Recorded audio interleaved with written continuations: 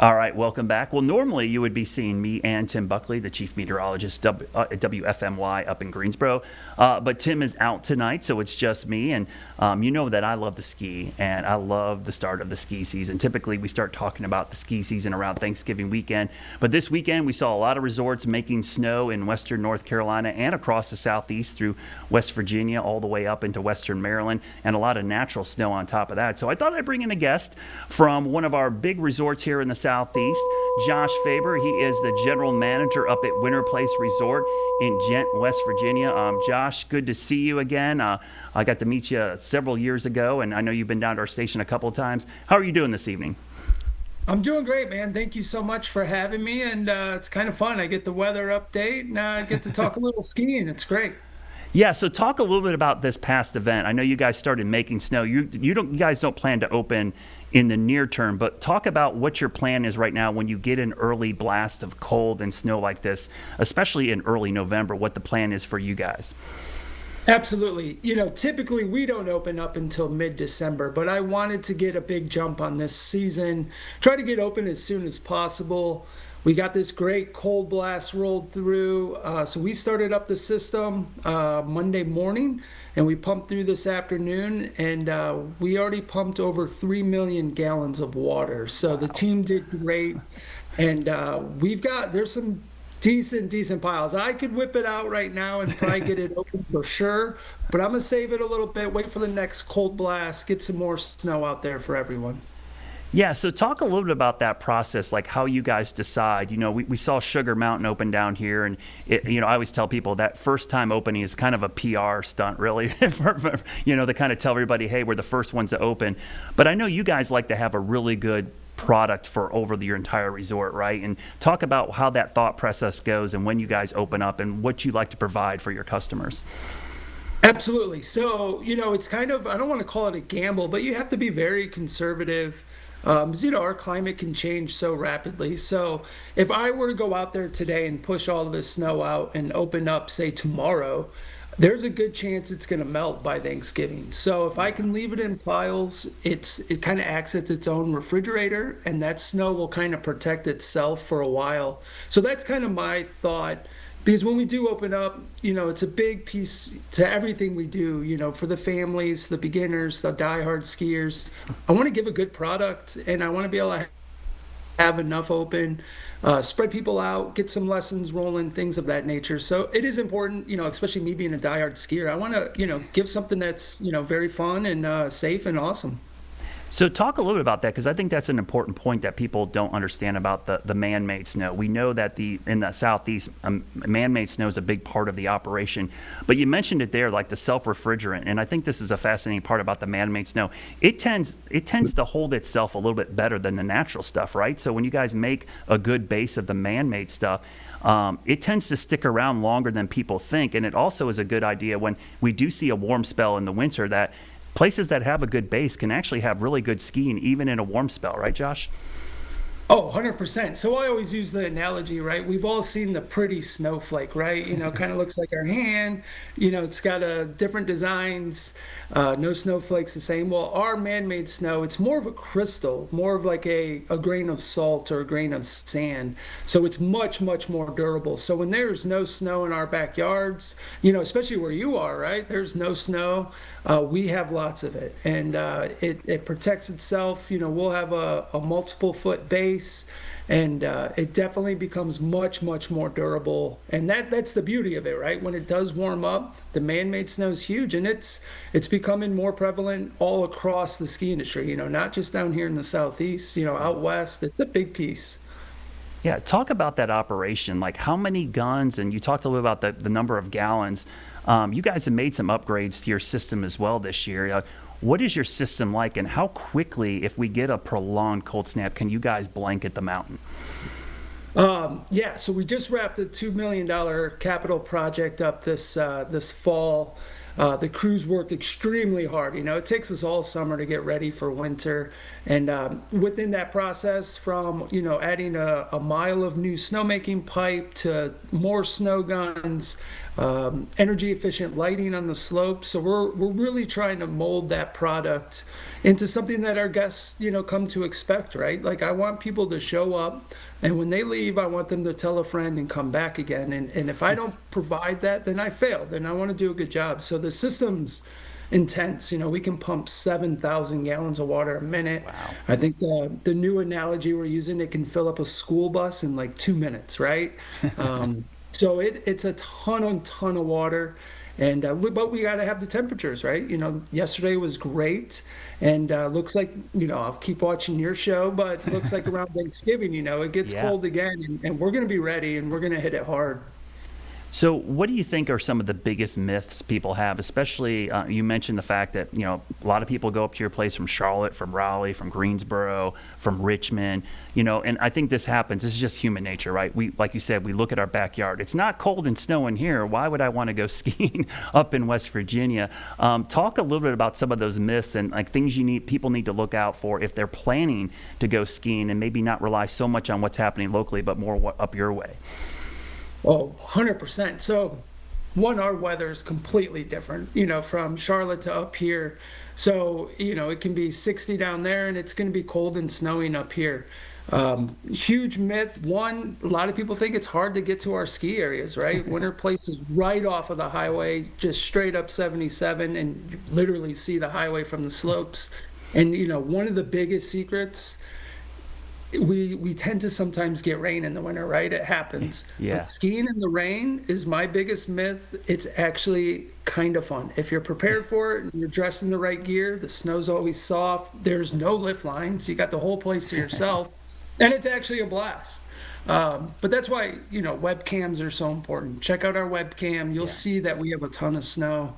And it's always a good time, right? If you're skiing, and I don't really care where you ski, right? I want you to come to Winterplace, but I'm super pumped for Sugar. Catalucci opened up tomorrow, I believe. Tomorrow, yeah. And skiing local, right? Skiing local is important. So it's a huge piece of the industry, and I'm happy we can be a part of that.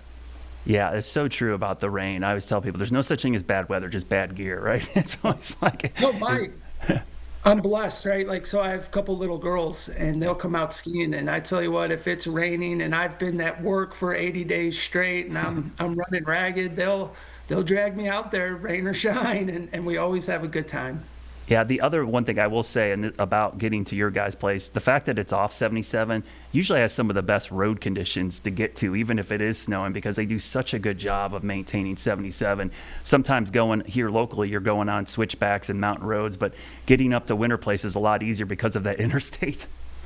No, it's a gift, and it's such an easy drive. I mean, I'm coming down to you Thursday for the Charlotte Ski Club Warren Miller movie premiere. So I'll be down there. I'm not gonna lie, I'm sneaking a little mountain biking because your weather's great, and I'm happy it's dry. I know you need rain, but I'm happy it's dry. And but it's such an easy drive. I day trip it. I'll come back, and it's really not that big of a deal. So.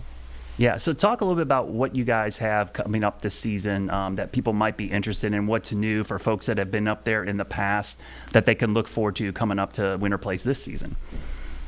Absolutely. So obviously snowmaking's number one. We're going to continue to improve our snowmaking system any chance we get. And not only making more snow, but good quality snow, because you can make bad snow, I promise. So we do definitely focus on the positive, making good quality product for everyone. We have events going on every single weekend, from park events to family races, family weekends. I mean, we really try to push to, that family element, right? Especially if you've never skied before.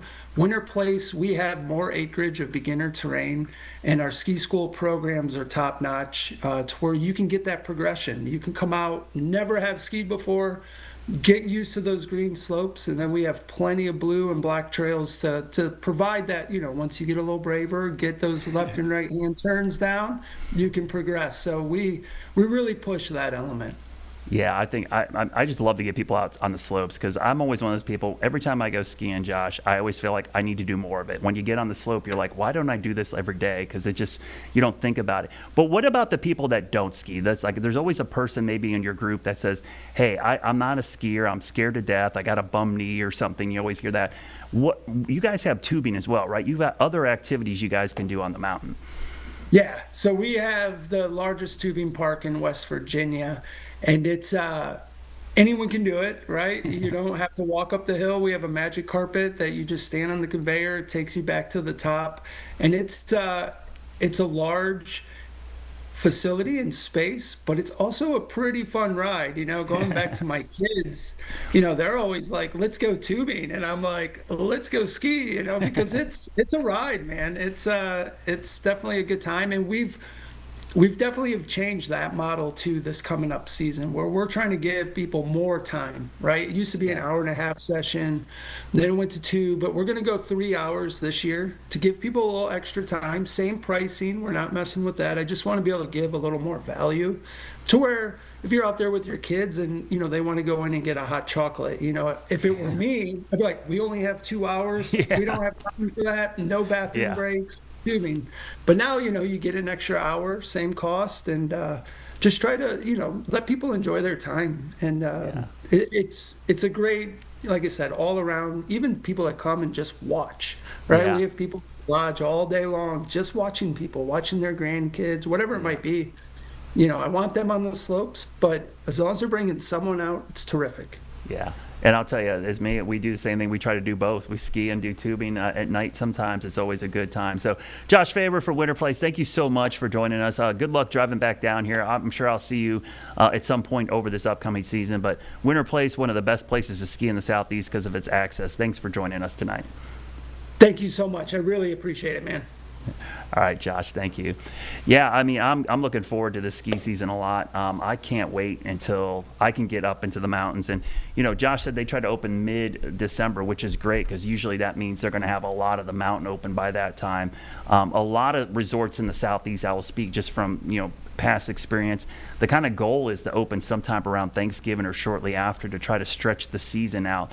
So if you're planning on going skiing, I would definitely just check ahead of those webcams as Josh talked about. Check with me. I'll forecast a lot for skisoutheast.com and try to give you a heads up because some of the best times to ski is when it's raining here in Charlotte because areas up like Gent, which is on Flat Top Mountain up there, they'll have snow falling when it's raining everywhere else. And in our mountains like Beach and Sugar Mountain, we'll have a ton of snow while it's basically raining down here. And speaking of that, I'm going to pull up our Sugar camera just to see what it looks like right now because they've had some great snowmaking going on. I'm going to look and see what it looks like. They were open for daytime skiing, and you heard Josh talk about they're the first resort, by the way, to open on the entire East Coast. They have 5 runs open right now, but Catalucci is going to open tomorrow. There's a live look at Sugar Mountain. You can still see they're making snow, so it is cold enough for them to continue making snow right now. Their base is, I think, at 30 inches, and they're going to try to make as much snow as possible. Now, you just saw my forecast earlier, right? We were talking about the fact that it's going to warm up. So they're going to try to pile this up. They're probably what we call whales. And the reason, just to tell you a little bit about the snowmaking and ski resort industry, the whales are the piles that are made. If you look at it at a profile, it looks like a whale humpback. That's what they call those. And they'll tend to leave those because that's like storing snow for later on. You heard Josh kind of allude to that. They'll make those piles of snow, let them sit there. They'll self-refrigerate. It'll melt. Yes, it's melting, but at the core, it's still staying cold. They'll save that and spread that around to keep the base going for a while. Let's take a quick look. I'm gonna pull up our Maggie Valley camera, which is a really cool camera. I hope they have the lights on. That's what I'm hoping. So this is on Hemp Hill, looking back towards Catalucci Ski Resort. And there you can see it's all lit up. So they're making snow like crazy right there. The Maggie Valley, by the way, Catalucci Ski Resort, that's west of Asheville. That's on the foothills of the Smoky Mountains. They're going to open tomorrow morning at 9 a.m., I believe, or 8 a.m. And typically early season skiing super cheap. They have discounted tickets because the whole mountain isn't open. Today was a holiday, so a lot of kids were out of school in the mountains, so they got a chance to go ski. One of the great things about living in the North Carolina mountains is when they do have a snow day, Usually lift tickets are half price for locals for kids to go skiing. So I get excited for the ski season every year at this time, and it's amazing how many people ski in the Southeast. I think people move to the Carolinas and they think, I'm too far from skiing. We have several resorts in North Carolina, Cataloochee, Hatley Point, which is relatively new. We've got Beach, Sugar, Appalachian Ski Mountain. There's 5 resorts in North Carolina. You go up into Virginia, you got Bryce, and you've got Wintergreen. You've got Winterplace, Snowshoe, which is a massive resort up in central part of West Virginia. You've got Timberline. You got Canaan Valley. And then all the way up in western part of Maryland in Garrett County, they've got a WISP. So that's kind of considered the Southeast. And what makes the ski resorts in the Southeast unique, they rely heavily on snowmaking, but as you heard from Josh, a lot of resorts are doing that now. But they also draw from a really far distance. You think people go out west skiing. In the Southeast, people drive from Florida, southern Alabama, the Gulf Coast, the Midwest, the East Coast, to go to these resorts because these are the closest ski resorts to them. So if you get a chance to go skiing this season, I'm always a big fan of it. Go up there. So my little tip is don't go on the weekend because the lift lines are crazy. Do a midweek trip. It's sometimes some of the best skiing in the middle of the week. So before I leave tonight, I wanted to focus on one more thing we talked about. I talked about during my newscast, and we talked about on social media today. This has been all over online. So the sun has launched a solar flare early this morning, an X-class solar flare. I think from all the sci-fi movies, people immediately think, uh-oh, this is a bad thing. Yeah, it could be a bad thing in the most dramatic sense. If we have a massive solar flare, it could have major grid problems, satellite disruption. But I'll be honest with you, in modern times, we have a way to forecast and detect these, and we can mitigate some of these factors, even though we have a very interconnected world with cell phones and GPS that can be impacted by this. We have ways to mitigate some of the impacts. The bigger story with this is the Aurora Borealis, the Northern Lights. People get super excited to see the Northern Lights, and there's a small chance tonight for North Carolina, but probably a better chance tomorrow. You can see the forecast at least, and this is a very fickle forecast because sometimes it doesn't orient correctly, and sometimes, like I think tomorrow could be a problem. It could happen in the middle of the day. And obviously you can't see the Northern Lights in the middle of the day because it's sunlight.